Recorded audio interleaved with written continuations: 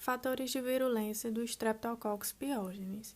Então, os fatores de virulência, eles são estruturas, produtos ou estratégias que as bactérias utilizam para causar uma infecção. Alguns eles vão estar relacionados com a colonização do micro-organismo e outras com as lesões do organismo, que temos como, por exemplo, as toxinas. Os principais fatores de virulência que são apresentados pelo Streptococcus pyogenes são os de aderência, a cápsula de ácido hialurônico, a proteína M, as enzimas DNase, a C5A peptídase, a hialuronidase streptokinase, as exotoxinas pirogênicas e as streptolisinas. Então, falando sobre a cápsula de ácido hialurônico, ela é formada por ácido hialurônico, um polissacarídeo que possui inúmeras funcionalidades, como proteção física e química da bactéria e contribui para a infecção invasiva de tecidos moles, que foi observado em um estudo realizado em animais. Então, durante alguns anos, foi notada a presença de colônias grandes, mucoides e translúcidas em agar-sangue de amostras recém-coletadas de faringites e infecções invasivas. E, com o passar do tempo da incubação, as colônias elas passavam a perder a característica mucoide e se apresentavam pequenas e opacas. Então, a presença da colônia mucoide, ela representa a produção da cápsula de ácido hialurônico e o aspecto opaco, ele representa a produção da proteína M. Sobre outro fator de virulência, que é a proteína M, ela é o fator de virulência mais estudado e ela é considerada o principal fator de virulência do Streptococcus pyogenes. É uma proteína fibrilar de superfície codificada pelo gene EMM, cuja região N-terminal ela possui um potencial de induzir a autoimunidade. A sua expressão ela é regulada pela concentração de gás carbônico no ambiente e sua variabilidade genética ela é utilizada como uma ferramenta epidemiológica. A proteína M ela é estável em meios ácidos e também é termoestável e lábil em tripsina. Ela já presente na superfície externa da parede celular. As cepas que são ricas em proteína M, elas são resistentes à fagocitose por polimorfonucleares, permitindo que a bactéria ela continue no tecido infectado, enquanto as que não possuem, elas vão ser fagocitadas com facilidade. Sobre os fatores de virulência, que são as exotoxinas, o Streptococcus pyogenes ele secreta duas dessas enzimas que são muito conhecidas, que são a streptolisina O e a streptolisina S. A streptolisina O ela é lábil ao oxigênio e é capaz de induzir a formação de poros, também é antigênica e é produzida por todos os Streptococcus pyogenes. O processo de lise ela vai ocorrer devido à interação dos monômeros da streptolisina O com o colesterol que vai estar presente na membrana celular, resultando na alteração da conformação da molécula, formando uma congregação de mais monômeros e acarretando na formação dos poros completos e incompletos. A streptolisina S ela também é estável na presença de oxigênio, ela não é antigênica, porém ela é tóxica para diversas células, assim como a streptolisina O. Então, ela pode ser encontrada na forma intracelular ou ligada à superfície intracelular ou celular. Geralmente, ela vai estar associada a moléculas carreadoras, como, por exemplo, a albumina ou o ácido ribonucleico, que é o RNA. As exotoxinas pirogênicas streptococcas, elas estimulam o aumento da proliferação de células T, gerando uma liberação exacerbada de interleucinas, além do fator de necrose tumoral e de outras citocinas. Então, desta forma, ocorre uma vasodilatação e a movimentação do fluido do soro e das proteínas presentes em meio intravascular e extravascular.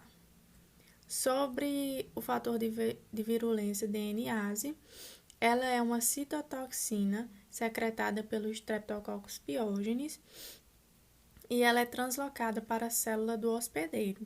Ela vai estar interconectada com a streptolizina O e algumas linhas de estudo sugerem que elas interagem fisicamente. Então, que a DNase ela necessita da formação de poros que vão ser desencadeada pela streptolizina O para conseguir se translocar. Também como fator de virulência, o Streptococcus pyogenes possui uma enzima chamada peptidase de C5A. O que ela faz? Bom, sabemos que o sistema complemento, o importante sistema de defesa, eles são proteínas que estão presentes no soro, no plasma do hospedeiro e que, dentre várias funções, têm a função de combater micro-organismos invasores, e essa peptidase de C5A, ela degrada o complemento C5A do complemento. Como consequência também, diminui o recrutamento de leucócitos para o local da infecção, então ele é um mecanismo que atrapalha o sistema imune de defesa do hospedeiro contra micro-organismos invasores. Possui também outro fator de virulência, que é a proteína inibidora do complemento MEC. Inativo complexo de ataque à membrana do sistema complemento, anulando sua função lítica de combater, de matar diretamente micro-organismos invasores, como o próprio Streptococcus pyogenes. Também produz a enzima chamada de streptokinase ou fibrinolizina, que dissolve coágulos, facilitando a disseminação e propagação das infecções por esses micro-organismos. E também produz uma enzima chamada de hialuronidase, que dissolve ácido hialurônico e também facilita a propagação da infecção pelo Streptococcus pyogenes no tecido do hospedeiro. Não tem ação contra a cápsula sobre estruturas próprias da bactéria. Ela é produzida, essa proteína, né? É excretada pela bactéria, ter ação durante o processo de patogenicidade bacteriana. Não tem ação da bactéria sobre a bactéria. Gram-positivas e gram-negativas. A coloração de Gram ele é um método muito importante na caracterização e classificação inicial das bactérias. Afinal, esse é o método de coloração que permite que as bactérias elas sejam visualizadas no microscópio óptico, uma vez que sem a coloração é impossível observá-las ou identificar sua estrutura. O método de coloração de Gram, ele recebeu esse nome em homenagem ao patologista dinamarquês Hans Christian, que realizou a descoberta em 1884, e até hoje ela continua sendo utilizada nos laboratórios de análise clínicas e microbiologia. Através da coloração, é possível identificar e diferenciar os dois principais grupos de bactérias, sejam gram-positivas ou gram-negativas. Princípio da coloração de Gram. Em suma, o procedimento de coloração de Gram ele permite que as bactérias retenham a cor com base nas diferenças nas propriedades químicas e físicas da parede celular. De fato, o uso dos corantes ele permite aumentar o contraste e evidenciar a estrutura bacteriana. A coloração de Gram envolve 3 etapas principais: a coloração com violeta cristal, um corante solúvel em água, a descoloração utilizando etanol ou acetona e a contracoloração, que é utilizando corante de safranina. E aqui à direita eu trouxe uma imagem que representa melhor a coloração de Gram. Diferença entre bactérias gram-positivas e gram-negativas. A princípio, há diferentes graus de permeabilidade na parede dos micro-organismos gram-positivos e gram-negativos. As bactérias gram-positivas retêm o cristal violeta devido à presença de uma espessa camada de peptidoglicano, que é um polímero constituído por açúcares e aminoácidos que originam uma espécie de malha na região exterior à membrana celular das bactérias. Em suas paredes celulares, apresentando-se na cor roxa.